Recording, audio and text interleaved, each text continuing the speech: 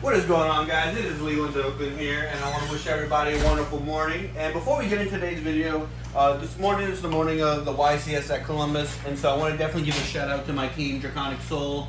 Right now we have, let's see, who's all in the, alright, I want to give a shout out to, let's see, Colin Lischak, Michael Luzar, Robin Riggs. As far as I'm aware, they're at YCS Columbus, and I want to give a shout out to Patrick Bezek. I believe he's there. I haven't heard from him this morning, but yeah. So I want to give a shout out to them representing Team Draconic Soul. Then I want to give a shout out to my best friend. I don't know how to pronounce his last name. I don't think. Let's see where. Joshua. Wow, I'm done. Joshua Pierce. He's going in there. And even though he's not a part of the actual team, he is my best friend, so I definitely want him to definitely win it all. Me and him do play tests quite extensively. I don't really compete at that high of a level unless it's something like local or like within like a 2-hour drive. But for the most part, I'm pretty excited for them all, and I definitely hope they have a really good time winning. But let's go ahead and move on to the deck. So, as you guys saw in the title, this is my Sky Striker deck. This is a deck I've been messing with for a little while, because when the modern decks came out, I became obsessed with Mitsurugi and Sky Striker, and I wanted to play the two decks together. And I'm actually working on a little challenge for myself, and which I'll go into that at another time. Maybe a second video today or tomorrow morning, but regardless. Anyway. And so I want to show you guys the Sky Striker deck I built. So I do want to say that I got inspired by Josh Schmitz build. There are some differences, as with every deck, but he was the main reason behind the core. So of course we got our Sky Striker token. All right, so let's go ahead and jump on in. So as with every Sky Striker deck, we are playing 3 copies of Sky Striker Ace Ray, and then 1 copy of Sky Striker Ace Rose. Even like, so I know like Rose is definitely a card you don't want to see, and like in variants that have the Desires package, you'll see too. But I found that even playing Desires, I like to keep this at 1, just because I feel like it hurts the deck more opening up with double of this or whatever than it is to banish 1 of them. So I do like the 3 Rays and 1 Rose in the deck. Next we got 3 copies of Sky Striker Mobilize Engaged.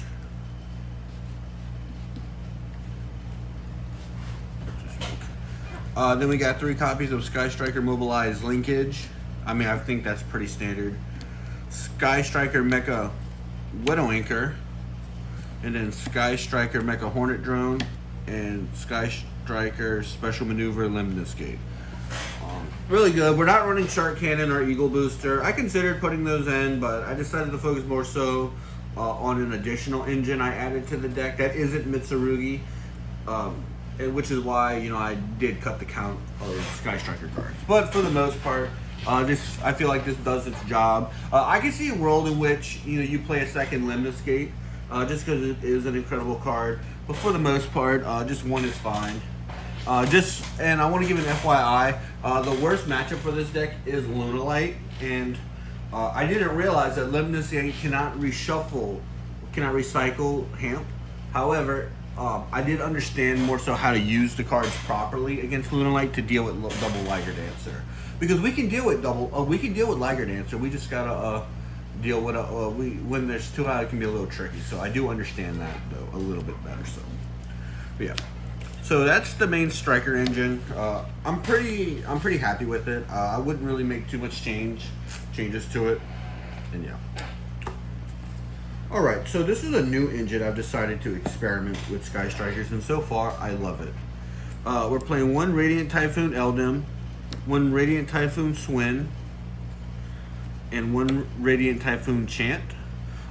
These were initially I was playing Pot of Desires, and when I heard Josh Schmitz suggest these cards, I decided, okay, let me look into them. And so far, it feels so good. I mean, yeah, you play into Droll and Ash badly, but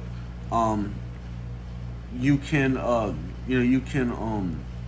use these to go into Camille and go into a full striker combo. And then of course we are playing the 3 Vision with the 1 MST. I'm pretty satisfied with this engine. Oh, and I got these from Rarity 5, so we're not using the Peasant Commons. Just kidding. But yeah, and so I like playing the 7 Radiant Typhoon cards. I definitely like it a ton, and I think that I definitely think it's a fair engine for it, and it just overall helps. And some people ask me if I play the Link 2. No, I don't play the Link 2 in it. I hear it's good, but for me, I just haven't really bothered with it. And plus, the extra deck is already like super duper tight as it is. So. Okay, and then I did add some consistency cards. So like we got our 3 upstarts and our 1 Rhoda. I've considered cutting the upstarts for Desires. Which I've kind of backed away from that just because I do play a lot of important cards. But you could cut the upstarts. You can maybe add a Shark Cannon and an Eagle Booster and maybe something else. But for the most part, I do like this. I think this is fine. I mean, these are like solid placeholders. So like post side going second, you can side in some board breakers or hand traps if need be. So. All right, so now we have our more direct non-engine slash, so like our board breakers and hand traps. I think these are a solid pick. Sky Strikers, it's a weird deck because it's like, they function very well. They have great synergy with board breakers, but I think that you do need hand traps. And so we're playing 3 copies of Ash Blossom in Joyous Springs. This is mainly just to hit the Mulch Army cards. Because, whereas Flawless doesn't hurt us too bad. I mean, Perulia doesn't hurt us too bad. Swallows can be a pain, and so just having these stopping is ideal. And plus, sometimes going second, your opponent only has 1 starter, and you can stop them. Boom, they pretty much sent 1 to pass. Then we are playing 2 copies of Droll and Lockbird with 1 Ghost Spell. A lot of people are like, why am I only playing 1 Ghost Spell? I do play Cross Out, and so. Just having that to be able to stop my opponent from when they Ghost Spell me is ideal. Plus, with the 2 Drolls, I think Droll is a really good card this format. Then I'm playing 3 copies of Forbidden Droplet, and then my favorite board breaker, Fallen in the Virtuous. These are just good for when you're going second, breaking the board, or if you're going first, you set those face down, boom, you spring them on your opponent. I feel like you could cut the Fallen in the Virtuous for like super polymerization. But for the most part, I think Fallen in the Virtuous is fine. I personally like it the most. But we'll see how it goes tonight at locals. Then I'm playing 1 Called by the Grave and 1 Crossout. So we've got our 14 direct non-engine, and I think it'll be good. It'll be fun to see how it. It may go really well, or I may get absolutely destroyed. So we'll have to see. So that's the 40 card Sky Striker deck. I guess Radiant Typhoon Sky Striker. But I think overall, this deck should do well tonight. But, if there's one thing I learned about Sky Striker is the deck is really good, but it's one of those decks that requires the pilot to be somewhat competent. So, all right, now we're going to go into our extra deck. Extra deck was a little tricky. I was kind of messing around with it, and I think for the most part, this is a solid lineup. I'd like to hear what you guys think. So we got 3 copies of Sky Striker Ace 0, 3 copies of Sky Striker Ace Kagari. I see a lot of people will play 2 and 2. I'm a huge fan of 3, but that's just me. Especially with only having 1 Lemnis Gate. And so, if you were playing the second one, you could probably cut, but I just like to play 3. And we play 1 Zeke, Amatsu, and Azalea. I call these my dark lineup. I really love Azalea because a lot of times it catches people off guard because you get that free pop. But remember, you need to have at least 4 spells in the grave or it will be destroyed as well. And then we play the 1 Shizuki and Hayate. These are just other linkage targets going for the OTK. And then Camille. This is how we turn our Radiant Typhoon cards into, our monsters into Sky Striker. And then we play 3 copies of Albion the branded dragon. Some people play one Albion and one Ecclesia, which is fine, but I just don't. I don't have an Ecclesia, and you know it's just one of those things that I like to have 3 targets for Fallen and the Virtuous.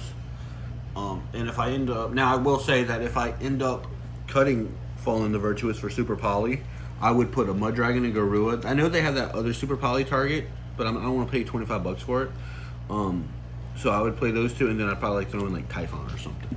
But for the most part, I'm pretty satisfied with how this deck has come out, and you know, I can't wait to see how it is tonight. Especially because the last time I brought Sky Strikers, I got completely destroyed. But I think my usage of Sky Strikers have gotten better. Now we got the side deck. So the side deck's pretty straightforward. I have cards that I side in. I have 5 cards that I side in going first, and I have 10 cards that I side in going second. And of course, on average it'll be 9 because I do have the 1 card for my Lunalight matchup, which, you know, spoilers, it's Hamp. But yeah, if I'm not going against Lunalight, that usually chills in the side, stays in the side deck unless my opponent has like a big boss monster that I need to get rid of. Overall, really good. And a fun fact that I learned this, Lemnis Gate does not recycle this card as cost. Meaning that you would have to, so if you're going up against double Liger Dancer, you tribute 1 Liger Dancer, use Widow Anchor to get it back, use Lemnis Gate to bounce this card back to your hand. And so I am considering running like Ultimate Slayer with Perfume Dancer as my way to handle the other Liger Dancer, but you know, let's just hope I don't get paired up against Lunalight tonight against the double Liger Dancer. But I am running 2 additional copies of Ghost Bell because when I'm going second, I want to have my hand traps to be able to slow my opponent down. We are playing Fuwalos, and so you drop 1 or 2 of them on your opponent. A lot of times they'll set 1 and pass, or they'll make a very smaller half board, giving you 1 or 2 draws at the most. So it's pot of greed.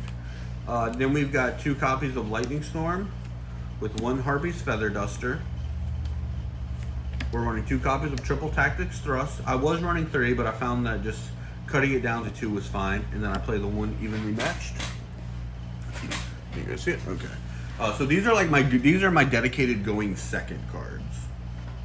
And so, so I will say Thrust. I do side Thrust thing going first, and I will show you what going first cards I'm running. So I'm running 1 DGG, 1 Judgment, and then 1 Draco Tail Flame. I'm on the fence about Draco Tail Flame. I may cut it. It is a solid thrust target, but I just don't know how like good it really is. You know, I mean, I'm sure there will be some instances where it comes up, or like if I'm up against Lunalight, you know, I have a bunch of ways of stopping the fusion stuff. I'm going into Liger Dancer. So the deck setup to stop Liger Dancer coming out is always ideal. So, I mean, I do feel pretty good about that. So, but yeah, so that's the side deck. I'm pretty excited for it. I think I'll be able to pilot this in such that I think that I will do well tonight. And so, and you know, of course, we got our Shisui Uchiha sleeves. And a cool little thing is that Shisui of the Body Flicker. This is kind of like why it's the main. And then you got the Susanoo for the extra deck, because the Susanoo is his ace, his like ace in the hole. And so whereas Mitsurugi, it represents like the Shinto, the Sharingan. So you already got the Susanoo, but the side deck usually uses these sleeves. So that's just a little Easter egg. Because I am working towards playing Striker Mitsu at the highest level, but the only way to do that is to truly master both archetypes. And I completely understand Mitsurugi, so we're at Sky Striker. And of course I got my token for Hornet Drone. And so something that I do with my mat, and again, I don't know the actual regulation on it, but nobody has told me anything. Oops. So what I do is, so imagine you have your mat right here. Let me see. You don't have to zoom out. So right here, so you have your deck zone, extra deck zone, field spell, main monster zones, your 2 extra monster zones. You got your graveyard. My banish pile is in front of me. It would be on my right hand side, So I put my side deck right there, and I will put my token face down on top of my side deck. Some people, they may want to put it face up, but I don't want to reveal what I'm playing. But I also don't want to, you know, I don't want to make someone say, oh, he's playing Sword Soul. Oh wait, he's playing Sky Striker. So I don't want there to be any confusion or any concern that, oh, I deceived anyone. So I just put that there. It's my token. And if they ask what that is, hey, this is my token in my side deck, so that way I don't have to keep going into my, I don't got to go into my deck box and whatnot. And so that's how I do that. And of course, you know, you got your extra deck. And of course, you know, my banish pile's right here. Just because I know some people, they'll put like their banish pile back here. Same thing with their graveyard, put their deck at the front. No, I want to make sure everything's transparent with my opponent so they can see. You know, you got, and then of course you got your graveyard, your deck, field spell zone, then you got your main monster card zone, so 4, 5, which I do have a mat that I use, and then of course you've got your spell and trap card zones. This is like really satisfying to look at, and this is like where your deck goes, and of course you have the first extra monster zone, and then you got the second one, and then boom. So this is how the placement looks for me. You know, you got your deck, fusion deck, your zones and whatnot. So that's just something that it's really good to just stay on top of, to be able to make sure, like if you're not using a mat or you're using a mat that doesn't have any zones in it. And so let's see. That's gotta go in the back. Sorry, I'm very OCD about how I place my cards in my deck before any, like without not using any duels and whatnot. Let's see. And of course, my monsters. So like I do it monsters and then spells and then traps, of course. So, but yeah, so that's just a little something to teach you. And I am working on something for you guys that'll kind of just add some more creativity and give me more time to do videos and whatnot. It is something special. It's going to involve Sky Striker and Mitsurugi, and it's gonna be a long series, like a very long series that I'll be uploading a few times out the week. I'll be you know, kind of going through, and I will probably make a video either tonight or tomorrow about what I'm doing.